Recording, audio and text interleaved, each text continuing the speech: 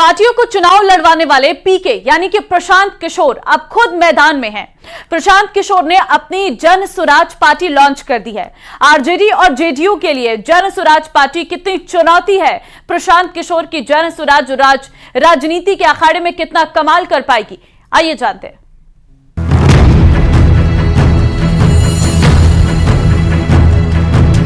अपने जीवन काल में हम लोग ऐसा बिहार बनाएंगे, देश दुनिया में कोई आदमी बिहार और बिहारी को गाली नहीं दे पाएगा। देश की सियासत में एक और नई पार्टी का उदय हो चुका है। पीके यानी प्रशांत किशोर जन स्वराज पार्टी की आवाज दिल्ली तक पहुंचा रहे हैं और नारा जय बिहार का लगा रहे हैं। मानवता से आगे बढ़कर कोई बात नहीं है। गांधी जयंती के दिन प्रशांत किशोर अपने जन स्वराज का औपचारिक ऐलान कर चुके हैं और इसी के साथ बिहार में तमाम सियासी दलों की चिंता भी बढ़ा चुके हैं, क्योंकि जन स्वराज की सभा में जो भीड़ उमड़ी वो बड़े बड़े सियासतदानों को सोचने पर मजबूर कर देगी। जय बिहार जय जय बिहार का नारा क्यों लगता है? ये इसलिए लगता है कि आप वो समूह है जिसने तय किया है कि अपने जीवन काल में हम लोग ऐसा बिहार बनाएंगे कि देश दुनिया में कोई आदमी बिहार और बिहारी को गाली नहीं दे पाएगा। आपका परिचय ठीक है ना? तो जन स्वराजी कौन हुआ? जो चाहता है कि बिहार का पुराना गौरव, ये ज्ञान की भूमि, लोकतंत्र की जननी, आपके हमारे माँ बाप और पूर्वजों की इस जमीन का जो गौरव वापस लाने के लिए संकल्पित लोग हैं, ये उनकी सभा है। प्रशांत किशोर बिहार और बिहारी की बात करते हैं, बच्चों के भविष्य और पलायन की बात करते हैं, बिहार में उद्योग और रोजगार की बात करते हैं। इसीलिए प्रशांत किशोर बाकी जातिवादी पार्टी से बिल्कुल अलग अपने एजेंडे पर आगे बढ़ रहे हैं। पीके ने बिहार में शराबबंदी को बड़ा मुद्दा बनाया। सरकार बनी तो तुरंत शराबबंदी खत्म करने का ऐलान कर चुके हैं। नकली शराब पीने से मौत के आंकड़े गिना रहे हैं। बिहार में बेरोजगारी और पलायन की बात कर रहे हैं और गरीबी, भुखमरी, शिक्षा का मुद्दा उठा रहे हैं। यानी बिहार की राजनीति में जातिवाद से अलग प्रशांत किशोर ने जिन जिन मुद्दों को उठाया है, उससे तो यही लगता है कि आरजेडी और जेडीयू के लिए जन स्वराज पार्टी चुनौती बन सकती है। ये वामपंथी है कि दक्षिणपंथी है? यहाँ पर तो समाजवादी भी आए हैं, गांधीवादी भी आए हैं, बाबा साहब अम्बेडकर को मानने वाले लोग भी जुटे हैं और भाजपाई भी संघ में जाने वाले लोग भी जुटे हैं। 5 टाइम नमाज पढ़ने वाले मुसलमान भी आए हैं और शाखा चलाने वाले शख्स भी आए हैं। तो हम लोग की विचारधारा क्या हुई?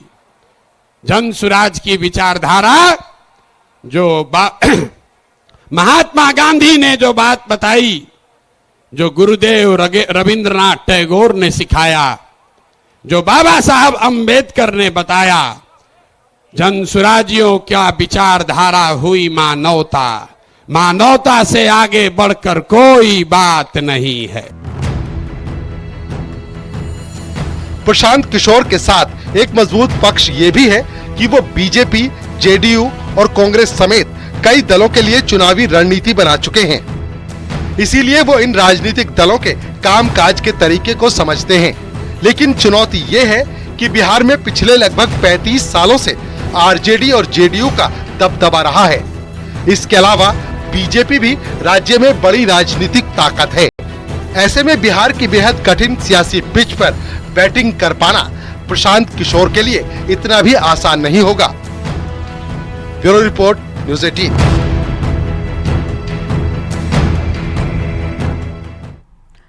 राहत बचाव कार्य के दौरान बिहार के मुजफ्फरपुर में बड़ा हादसा होते होते टल गया। पायलट की सूझबूझ से राहत बचाव कार्य में लगे सेना के हेलीकॉप्टर का पानी में सुरक्षित लैंडिंग करा दी गई। हेलीकॉप्टर में सवार पायलट सहित सभी लोग सुरक्षित हैं।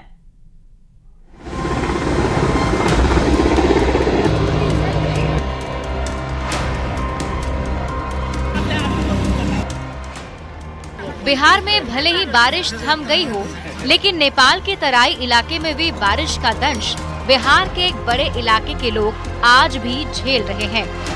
लोगों तक राहत सामग्री पहुंचाने के काम में सेना के हेलीकॉप्टर भी लगे हुए हैं।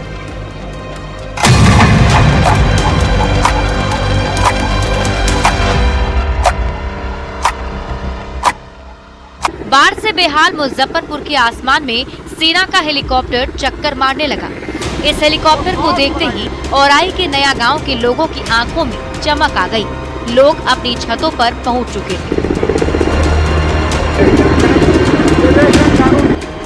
सबको इंतजार था हेलीकॉप्टर से गिरने वाले राहत सामग्री के पैकेट का। हेलीकॉप्टर से राहत सामग्री के पैकेट गिरने भी लगे।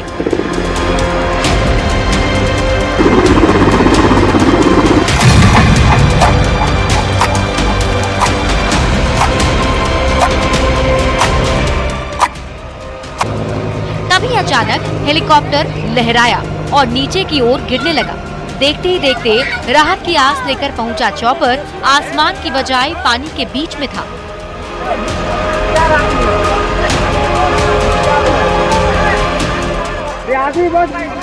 बाढ़ के बीच बिहार के सामने एक बहुत बड़ा हादसा मुंह बाएं खड़ी थी।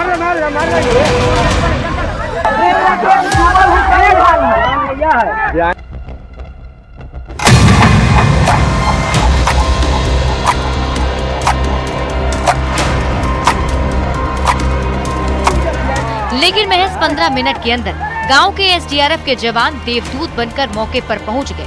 एसडीआरएफ के जवानों ने गांव वालों की मदद से हेलीकॉप्टर में सवार दोनों पायलट सहित 4 जवानों को सकुशल बाहर निकाल लिया। वहाँ पे